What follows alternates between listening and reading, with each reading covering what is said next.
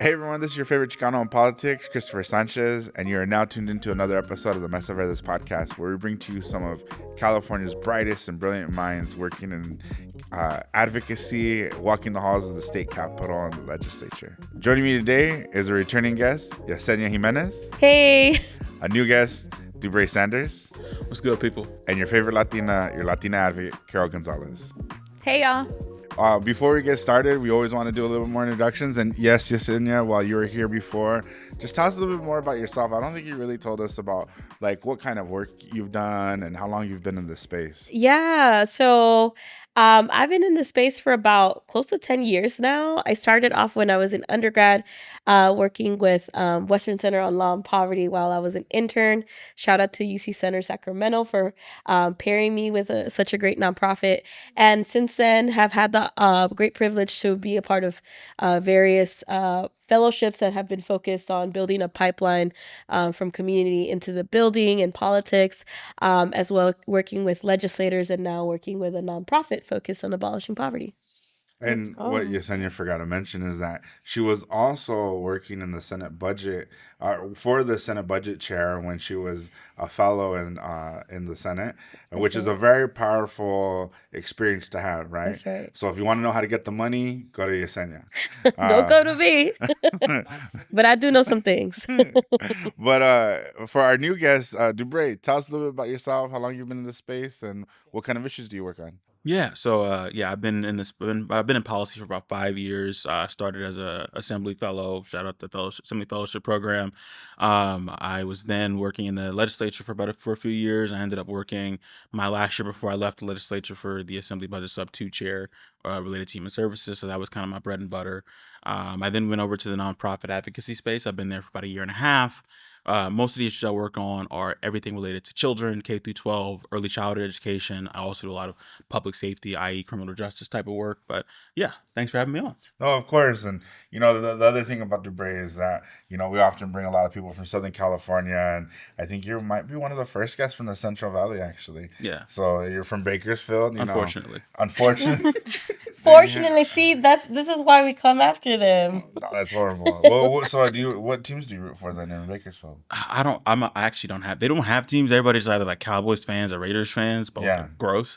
Hey, I'm part of the nation. No, Yeah. I don't I'm a big football fan, so I don't have a team per se. Yeah. But I'm just a junkie. Wow.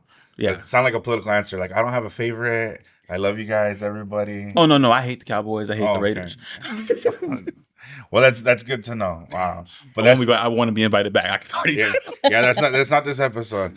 But anyways, this episode is actually kind of important for those that have been following along. We've been talking ever since we started in January with the budget introduction and followed the bill process through. Mm-hmm. And so just yesterday, the governor finished signing bills. So on September 13th, the legislature sent the rest of their bills to the governor, and he had about 30 days to sign them. So real quick, just for all those junkies out there that are political wonks or want to be political wonks, the governor was supposed to stop signing bills on October 12th.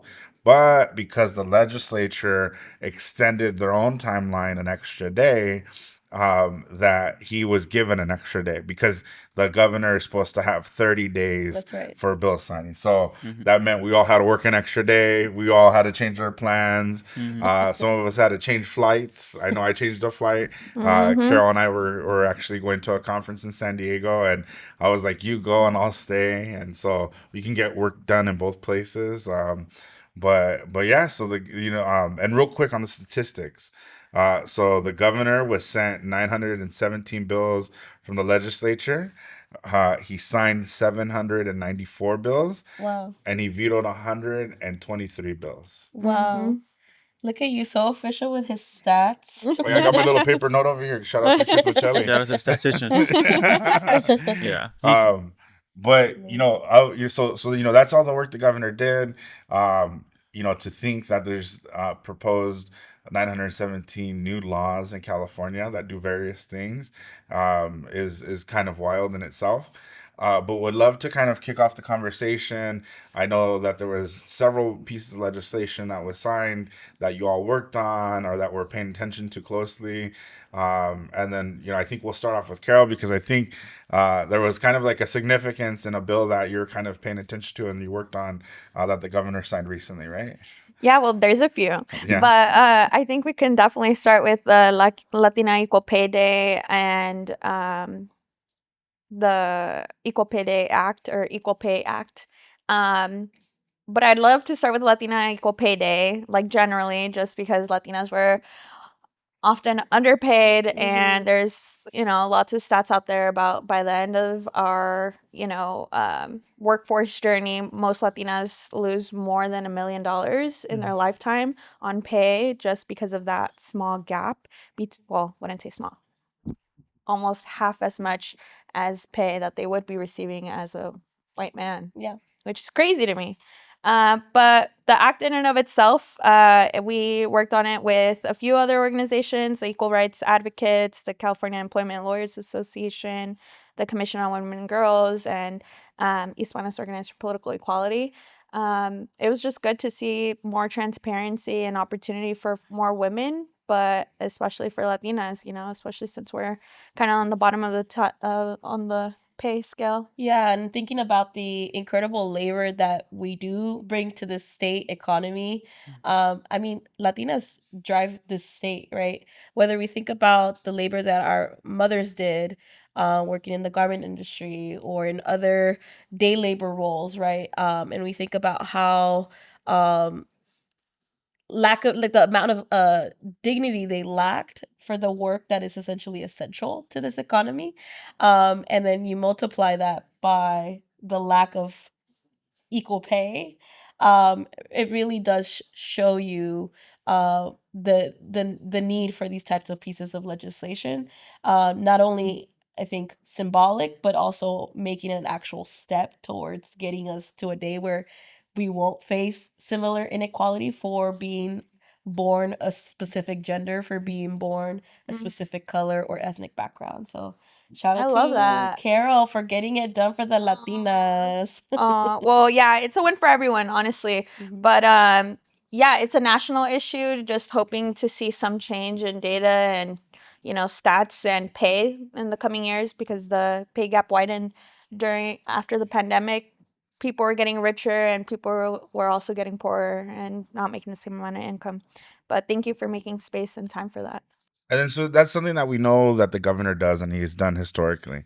This governor likes to ensure that any actions that he does is in the media. So what we've seen is that he'll do themes, right? So he'll be like, "This is the workers' rights package I'm signing today." And that means if you're an advocate, you're waiting on your legislation a little bit longer because nothing else is going to be signed that day or for another day or two, right? We've seen the governor take very early action on several bills related to immigrant rights that were being pushed by the Latino caucus, the API caucus, that we have talked about in the past that had urgency clauses to make sure that they're law today. I know, Dubrea, you worked on some of that legislation related to sensitive locations for children. You want to talk about that a little bit? Yeah, so there's a AB 49 by Assemblyman Al Marisucci.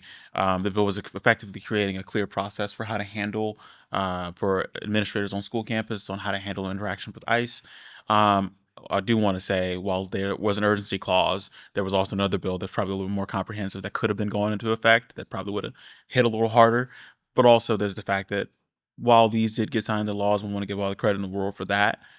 When it comes to meeting the moment, these bills could have been in place before kids went to school. Yeah. People could have went to school with some sort of safety in their hearts, as opposed to there were a lot of kids to school in California that went to school scared, just the way they left it over the summer. Also, we knew this was going to happen after the election, and we did have some early action in January of this year that was dealing with the fires and dealing with the Trump proof in California. We just didn't we just didn't ice proof our schools. We had an opportunity to allocate funding, to do a lot of this work, to start it early, to say, hey, as soon as this year starts, we're working on making sure our schools are safe. And it took most of the year, and we didn't even manage to get it done before the school started again this year. But again, all props. Those bills are going to be really impactful because it's going to make it very clear that an ICE agent is not going to be able to just walk onto a school campus without a judicial warrant or a court order. And even then, they're going to have to make sure there's documentation of like, we need to know a name, we need to be able to confirm that you're even with ICE, because we have a lot of people masquerading as ICE agents. There's some bills to Yeah. address that, kinda, but it was a good thing. There's also a bill, AB 495 by Senator Celeste Rodriguez. It was great, but it also unfortunately wasn't with that package of bills that you're mentioning that he signed and did the press conference for. He did release a press release about it, but this bill was actually addressing child care facilities, friend and family, which is a little bit different than center-based because they're a little more familiar working with law enforcement of any kind. But that bill was kind of doing a lot of that same work as AB 49, but for child care providers, making sure they have the right training, those sorts of things. I mean, with 495, again, it was really providing those protections for friend and family-based child care providers. And a lot of the times, like, these are people that are opening their homes and they actually operate as like second parents to a lot of folks, and they don't have the training, or they're just as qualified to do the work, but they don't operate and work with law enforcement that often. They don't need to because they're working out of their home. So it was a good bill. And I think a lot of the rhetoric around that one was, again, folks complaining about human trafficking. And also, I think when we're looking at these sorts of bills and having these conversations, the trustworthiness of somebody who's bringing up a concern about something should also be, you should also think about, do they actually care about the issue that's causing the need for the bill? And a lot of times when I'd be in committee or I was seeing any sort of press releases, the people that had problems with the bill didn't actually care about the reason we needed the bill. So they support why we need the bill. Like, they support what's causing the need for the bill, but they don't like the bill. So I'm like, okay, are you truly like a reliable narrator in any sort of story? But yeah, I know if anybody else wants to add on to those. No, I mean, and then the other provision, and so this is the main provision why there was opposition who didn't read the bill. Yeah. Was that it created a family preparedness plan. Yes. There was provisions related to family preparedness to ensure there's current policy that says if I go missing for some reason, whether being incarcerated, whether I'm just missing in general, that this individual can care for my child in a very limited capacity. That's the 495. That provision strengthened what was already in place to make sure that this is a very real situation and create those extra guardrails that needed. I know working in immigrant rights, we are doing family preparedness for a lot of folks right now, a lot of the practitioners. And, this is something the immigrant rights community supported wholeheartedly. Chirla was one of the sponsors of this bill and came out very strong on this. And so, absolutely needed, but they so the question is, were they misled? Did they not read the bill? The people who didn't like the bill, or were they anti-immigrant? I mean, because I think if you look at some of the talking points, it wasn't really about what they were saying. It was who they were trying to say it about. And also, if you look, just having been in those rooms, and thanks for adding that other part about the provisions, it was the same people you would expect if you were concerned about, like, they're just anti-immigrant. They just, and also they kept kind of using this language, we care about children. No, you don't. You don't care about children. You care about your children. And they look like you. Or you care about children that look like yours. And I think that was the biggest thing. And also why I was like I was starting to get frustrated with, like, when folks were even giving them time of day. Because I'm like, we see this all the time. We see it in other spaces where they get all this credence to what they're saying, their concerns. Yeah. But then when you ask them, okay, what would you actually do? Nothing. Because they don't care. And I think that's the big thing, that being an advocate of, like, we try to, like, hammer that home. Yeah. Know who you're talking to. Know what the values are of the people you're talking to, because that should influence your decision. Because they can come up with every excuse as to why a bill is harmful under the book. But unintended consequences. Unintended consequences, which are generally just hypotheticals that will never happen. Exactly. And it's just reasons why we shouldn't do the right thing. Yeah. And I think that our role as advocates to try to mitigate that to the greatest extent possible. Yeah. Well, overall, I'm just appreciative that we're doing something here in California, because I know other states, they don't have, some of these policies, measures, or even ideas in place, or even considering them, or going in the opposite direction of, like, no, like, maybe some students shouldn't have access to school. I know there's court cases, but in this generation and era, we don't know what's going to go to the court anymore, and what's going to stay and what's going to go. But overall, I'm sharing my own appreciation, just being a daughter, fearing whether or not my mom was going to be home. Right. I recently read a letter I wrote when I was 17 to my mom, and it made me cry yesterday. Like, I literally read it yesterday. It was so crazy, but it was me thanking her for her strength of like how she helped me like plan for a situation if I ever lost her because Mhm. of an ice like Mhm. reason. And so just being in a space where I've been able to grow and now being able to give back in some way, I think it's beautiful, but also just I hope that it helps relieve some of that fear for young kids who might be living it or are living through it Yeah. or overcome that. Yeah. Yeah. And I think it says a lot about our society to, again, think about our children and the terror that they're currently experiencing, right? And oftentimes, especially when you start seeing a child missing from school, right? Mm-hmm. Some people might identify that as, oh, the parent is being neglectful. They're not bringing their kid to school. Mhm. Well, let's look at what is actually at the root cause of their absenteeism. Right now, it's fear. It's Yeah. fear that you can be at a drop-off zone and get kidnapped by ICE. Yeah. That is not just a hypothetical anymore, unfortunately. Mhm. That is happening on our streets. And having these types of plans not only ensures that our children feel safe, our families feel safe to take their children home, but it also creates an additional layer of like, for us as neighbors, for us as people who live in the state of California, it shows a message to our immigrant families that we care about you, that we Yeah. see you, and no matter what happens, we are here as a community to take this on. And so I wanted to add in here that we're really happy that the governor signed AB 461 by Assemblymember Aarons, which essentially removes the criminal penalties and fees Mhm. that a parent experiences when their child is considered chronically truant. Mm-hmm. You know, unfortunately, this was crafted over a decade ago in a way to try to reduce truancy amongst our children by penalizing the parents, right? And we've seen how backwards that Yeah. impact has been, unfortunately, right? Mhm. Because that's not the cause. No. That's not the root cause of what's causing truancy. The root cause is often poverty. The root cause is often something that is beyond the control of a parent. And so, with the governor signing this, it also recognizes that our parents are not at fault Mhm. of student absenteeism. There's something larger happening, and hopefully, we'll continue to build the steps to make sure that we're actually getting to the root cause of what our students need and deserve. Yeah. So thank you, Dubrea, for leading a lot of that work, and Chris too. And really quickly too, just for FYI for folks who are listening, our schools get funding based on attendance. So this was kind of the school's way to say like, hey, we want to get as much money as we can for our students because we have to plan for X amount of students. And so we want to make sure we get funded for those students. And so now with this law changing, it's a win for them, but also a concern more than likely for districts on how do they plan in a fiscal state of mind.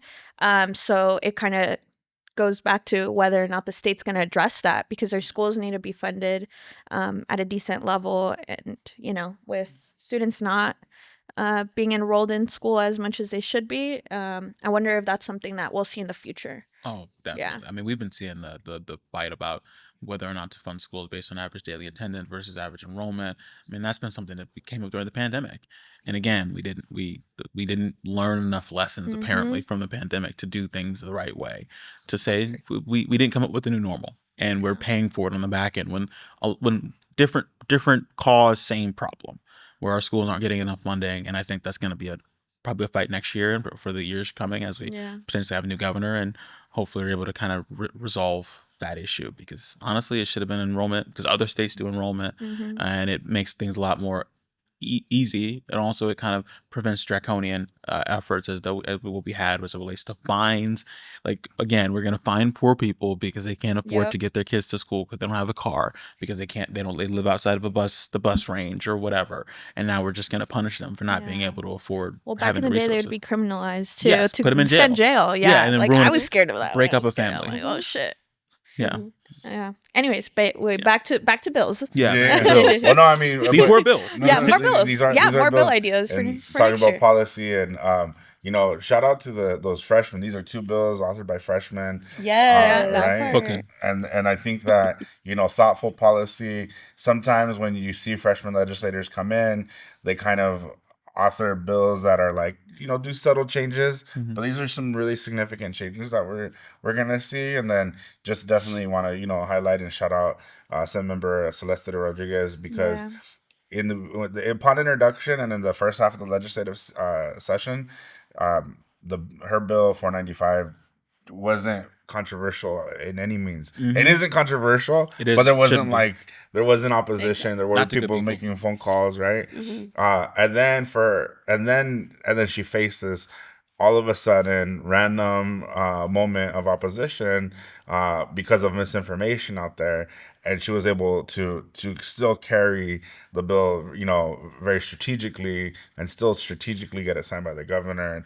And well, I appreciate the shout out. I didn't do much except for send a support letter for one of the organizations I was working with and do a Me Too. But and I actually think when I was looking at the social media post that her and her team posted, I think it was all led by women, by the way. So Yes. staff in her office from Shout out her Shout out to staff. Jenna Lee. Yeah, Jenna Lee. Staff is killing it. Her district staff. Yeah. I think the advocates were women. So Hey, all hope, let's go. so I mean, just very important work that she's doing and the team that she's assembled. And so I've only worked for freshmen, and so I very much appreciate. I can just imagine what was happening in those conversations as a former staffer. You worked for a freshman too, no? Yeah. Some of Dr. Corey Jackson. And then so I'm sure you know what it's like being in a freshman office. Yesenia had the privilege to work in a very experienced office. Yes, so. I was started gonna in a say experienced most office, of and then I mine. went to a freshman. Oh yeah. So I got both. I got both. Okay. I got baptized into an very experienced, very. We're going for the moon because he was about to leave. Yeah. And then I went to a freshman who was also going for the moon, but he had just got there. Yeah. So and I got a lot of experience in a lot of different ways, and I think it helped shape a unique perspective. Yeah. So good. now I'm able to give staff grace, but also knowing staff is not doing their job right. Yeah. So it's rare. They'd be like, my boss is new. I'd be like, Hey, yeah. that don't work on me. My boss was new too. You're not new. You're not Yeah. You've been here for 10 years, bucko. So, was there other legislation that you're all paying attention to, or other trends that you've seen that the governor highlighted that y'all, want to talk about? Yesenia, so you talked about Mr. Aaron's bill. Was there anything else like in the anti-poverty, anti-hunger space that you were looking at? I mean, there was a lot that we were especially looking at in the budget. So I want to make sure that before I take us down that rabbit hole of all the different things that happen, not only through the regular budget cycle, but certainly through late actions as a result of HR 1.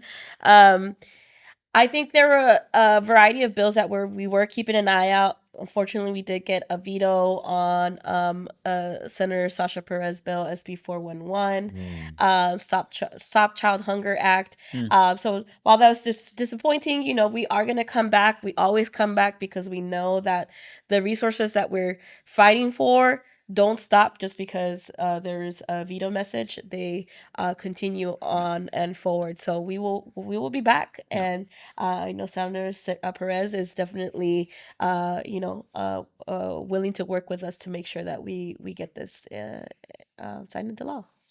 And there another bill that comes to mind thinking about this long-term effective advocacy of Yesenia had that bill vetoed, and then now she's gonna continue the advocacy is for many years there have been bills to increase support for those who are incarcerated on the fire lines, right? And I think, Dubrea, you worked on some of that. So you supported a lot of that legislation this year. Yeah, one of the key things was AB 247 by Senator Isaac Bryan. Shout out to him. Shout out to his team and staff. Yeah. My friend Kenny killed it on that one. Hey, That Kenny. bill was just signed into law.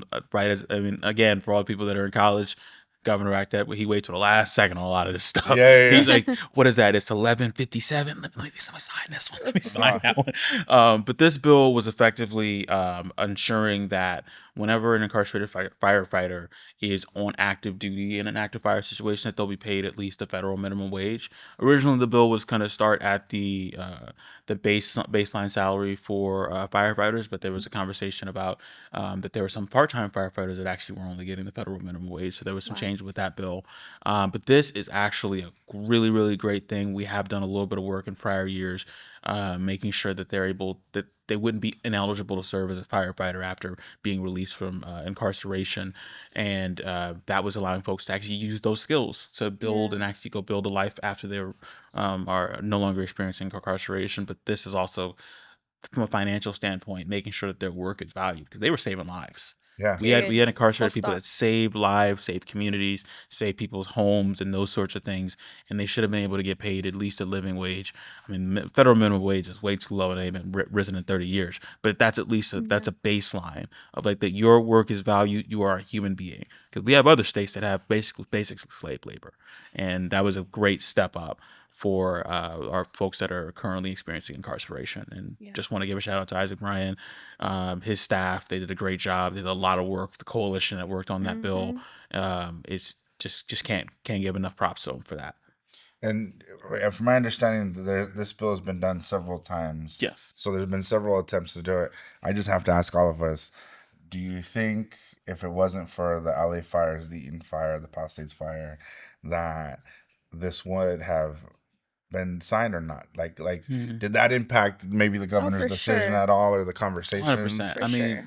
media is so heavily drives, unfortunately, a lot of what we see in the legislature, and I think we end up a lot of problems that way, because it's like, oh, it's the right thing to do when it sounds like it's the right thing to do, and that's a big concern. That's why I'm always like, we knew this was the right thing to do 10 years ago. Like, we knew, we know the answers, but it's like, does this make us look good to do the right thing? And sorry. No, yeah, I agree. I feel like politics is also a pendulum. You never know when things are going to be more popular or not popular. And I think we meet the moment when it meets the media's eye. Yeah. And I think so. I agree too. We've heard about so much of the work that our incarcerated firefighters do for several years now. It certainly has come up like closer into the media within the past 5 years. But I think especially as a result of devastation across LA County, especially who it impacted, there was that much more urgency and support. I think that we all overwhelmingly see as a need. And while I'm vibing with Dubrea when he says we should have done this 5 years ago, 10 years ago. Absolutely agree. I'm glad we finally did it.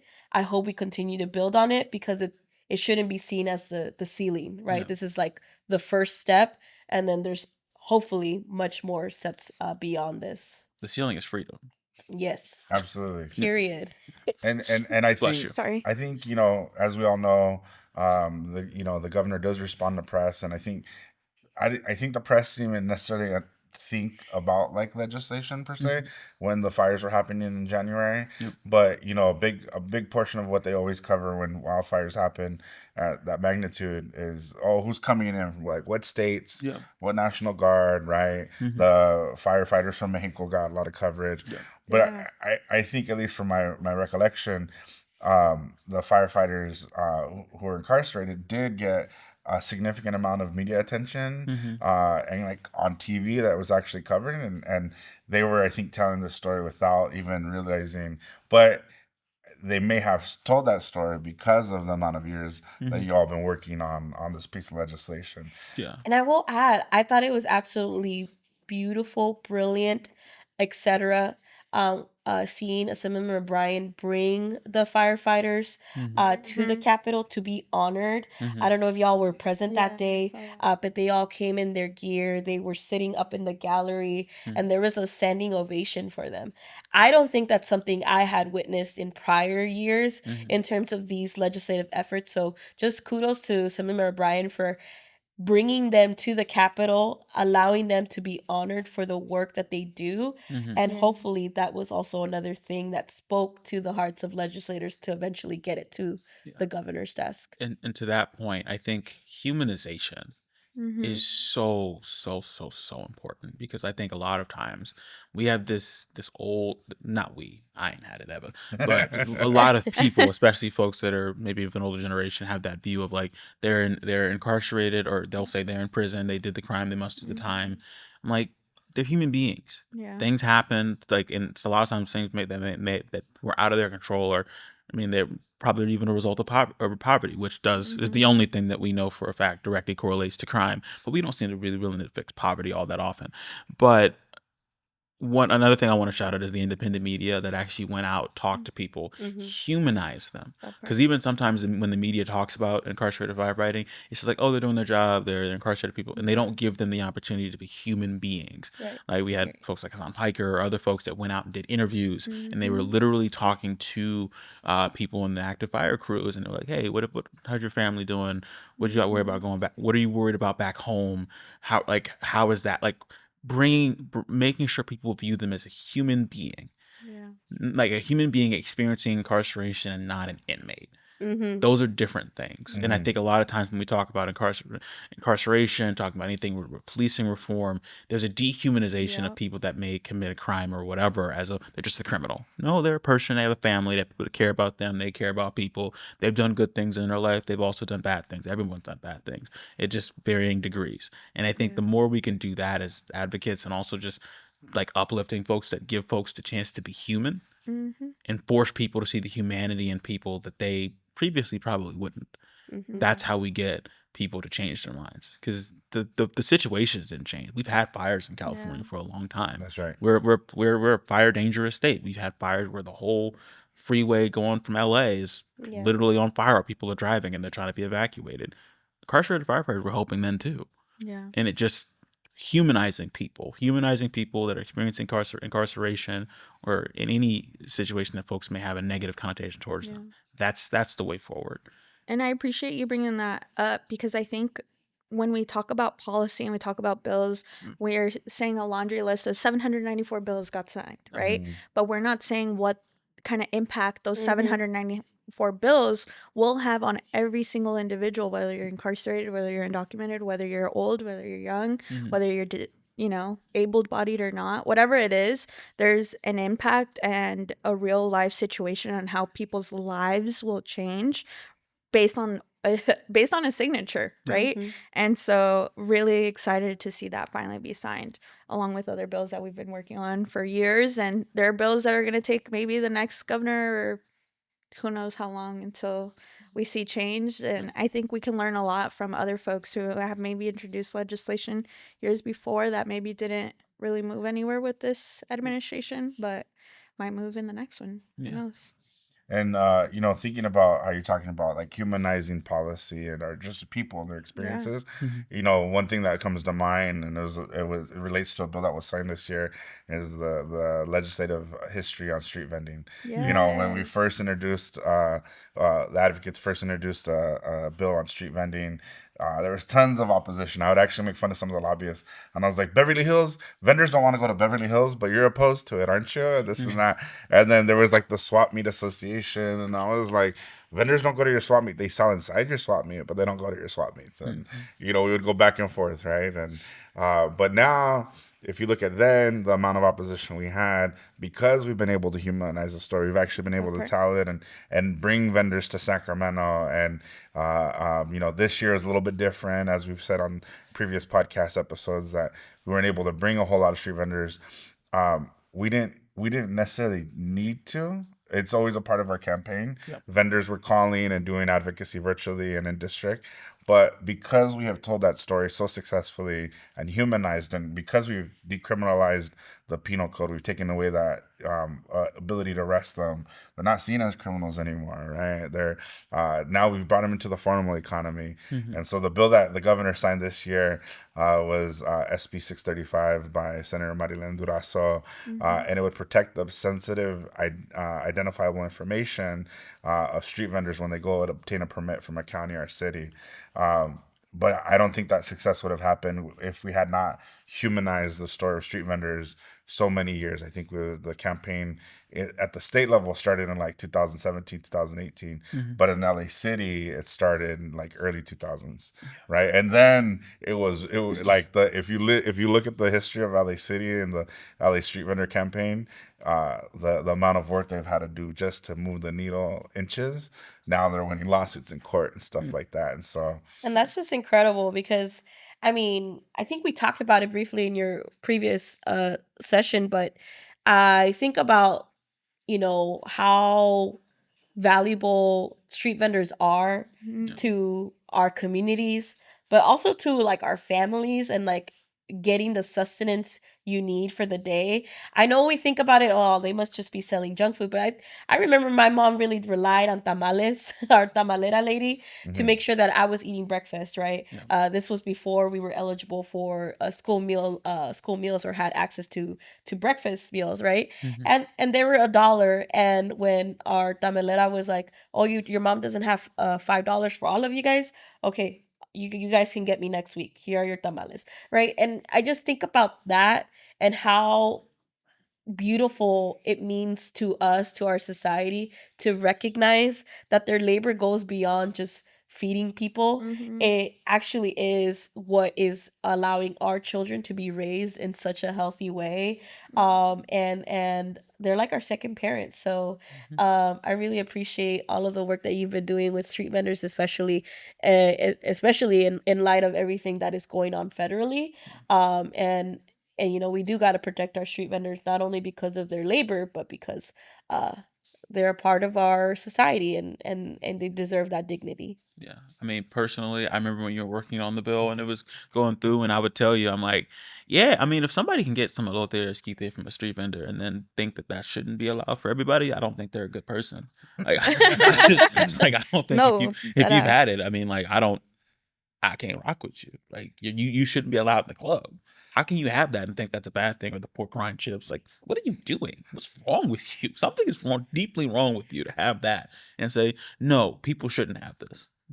Sorry, that's just me. No. I'm from a different culture, but like that's the end of it for me. Like I don't care. Like I want my elote esquite there. Like I will walk to the little church nearby here and where I used to live, and I'll go and get some esquite or elote on Sundays after mass. Like that's what I love. Okay, Mr. Central Valley man with his esquite. He's a holy man, so I heard him say go to church. Yeah.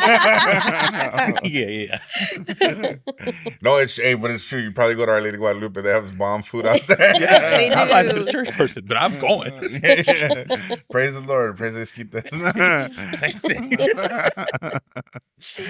But there was some other bills that I think I took notice on, and I think some of y'all worked on it, related to systems, or maybe like we all paid attention to it. And I know there was a bill that you had been working on for a while, Carol, with Senator Limon, related to what is it? A commission? Oh, yeah. Okay.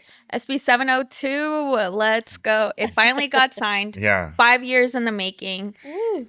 I think that has been just something that has had my heart for years, and just to see it come to fruition and for it to be signed, it was just like, like, yes, finally. Because this is something that, the last wave of legislators saw before they turned out. We had like 2 new waves of members come through, and it's like, how am I continuing to educate members? But then Senator Limon and her team did a phenomenal job too, because this time we expanded the bill. What it would do is essentially ask for folks to share information on boards and commissions that are appointed by the governor and the legislature. Before it started out very differently. Every year, there's like an iteration of it. But this year, just the fact that we were able to include everyone on the bill, I think was a win. And it'll just be able to be more transparent on who's on boards and commissions. How's it easier for folks to be able to like participate and partake in this decision-making process, because a lot of it is very vague, and unless you're keeping up with maybe a press release or so, you don't really know. And so I'm really excited for the bill, and just thankful for the whole team. Yeah. And it's critical to know that information because we want to know if they're coming from our communities or not. Especially when these boards and commissions are giving out permits, giving out funding, allocating resources, significant resources that could go to your community, but have historically not gone to your community, right? And so it does make a difference when you're able to impact and shed light, the sunshine now that's going to be given because of this bill, and so that's that big congratulations on that success, and then I think another success that came about, Dubrea, related to the system that's going to kind of oversee some of the reparations policy that's going to be going forward. Can you remind me what some of I know the bill's name has changed over time. Yeah. So one of the things that I was really happy that we were able to get signed and work on in one of the coalitions I work in was AB 518. This bill was creating a bureau for the descendants of American slavery. This is kind of we obviously had the California Reparations Task Force a few years ago that came out with a large report, of course, of which the governor preempted by releasing a press saying, hey, we're not doing like half of that stuff before it even came out. Just gonna let that out there. But also, this is gonna be like the foundation for a lot of the other things from a reparations standpoint. One of the other bills of that reparations package by the California Legislative Black Caucus was SB 437. Again, focusing on genealogy. One thing I wanted to talk about with this one is that it was a good teaching moment for like working with community, because obviously the coalition I was part of was doing a lot of work with the community, but the opposition was also doing a lot of work with the community, and they were, in effect, they were supportive of reparations, but they had a different approach. And there was a lot of misinformation that was being shared with the public. And I literally saw it in real time, how people's minds can be shifted almost instantly by just saying the right buzzwords. Where someone came up and said they were in support of the bill, SB 437, because they're like, that makes sense. We should be doing this. And then the opposition came up with how the process does. It'll be the witnesses, then it'll be the Me Too's. It was a Me Too, and then the opposition expert witnesses came on, said a few things, most of which were kind of misrepresenting the story. And they're like, well, actually, after hearing what the opposition said, I'm in opposition. And then I heard what the members said and said, wait a minute, actually, I agree with the bill again. So it's just for people in the community, if you're working with people in the community, or just your people in general, and people are trying to tell you, even if they're a trusted messenger, trust but verify. Because sometimes they may just be a little off. They may be missing a part of the puzzle that actually kind of puts it all together and makes it make sense.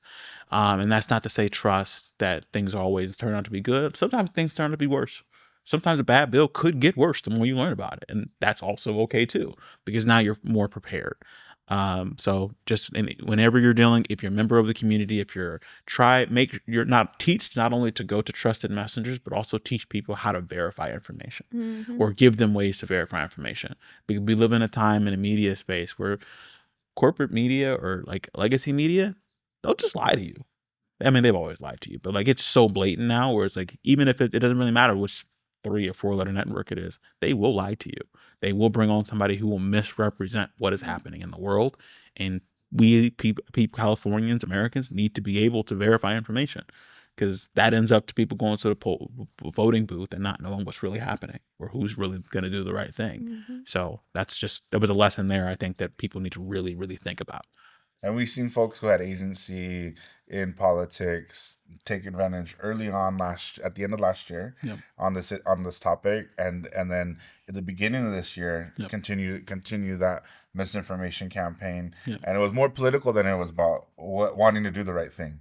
Right. And it was trying to score political points on other people. And so that's the whole reason why we do what we do, is we try to open doors, because politics is meant for folks like communities, like for that were engaged in the process, not to understand, right? And then so they benefited from the system boxing people out. But thankfully, we got you, we got Yesenia, we got Carol, and myself, and many other of our friends working to open doors and open those gaps for folks to engage in the process in a better way. And I mean, even then, it wasn't all good this year. We had 3 bills get vetoed. One that was related to AB7 by Senator Isaac Brown. Also, shout out to him. That bill Yeah. got vetoed. It was related to for formerly enslaved descendants of enslaved people for admissions into schools. And obviously, that's a different term than Black people, because it's not just Black people that were enslaved, but also it kind of helps address the issue of like Prop 209, the 14th Amendment, which is always used as a way to don't help people that have been hurt by the system before. That's how that's what it's been used at now when we created other systems to counter that. Also, AB 57 and AB 62, which would have helped with the Dream for All grant program Yeah. to include a set aside for folks that were documented to have a descendancy of being formerly enslaved, and also a bill that was looking at eminent domain and allowing folks to file suits, a lot like what we saw with Bruce's Beach. Yeah. And where folks were able to get their land back after all those years. And both of those bills were vetoed. Those 2 bills were by Senator Tina McKenna. But yeah, I mean, we got to keep fighting, but we have a linchpin where everything else can kind of be built on from there. Obviously, that bill doesn't have funding, SB 518 by Senator Weber Pearson, but it's in law now, and we can work towards getting funding for it to make sure that when it does have the money and the commit and the bureau is up and ready to go, that we can start working, because the work never stops, because the injustice never stops either. Yeah. The truth hurts, right? And it sounds like a lot of people are telling the truth, Yeah. and some folks are having a hard time with it. Yeah. And that's not my fault that you're having a hard time with it. Yeah. You got to get over it on your own ways. Yeah. But this is the truth, and we got to fix it. We got to Yeah. heal from it too, right? So and thanks for all that work you've been doing on that, Dubrea. Really appreciate it for a lot of communities.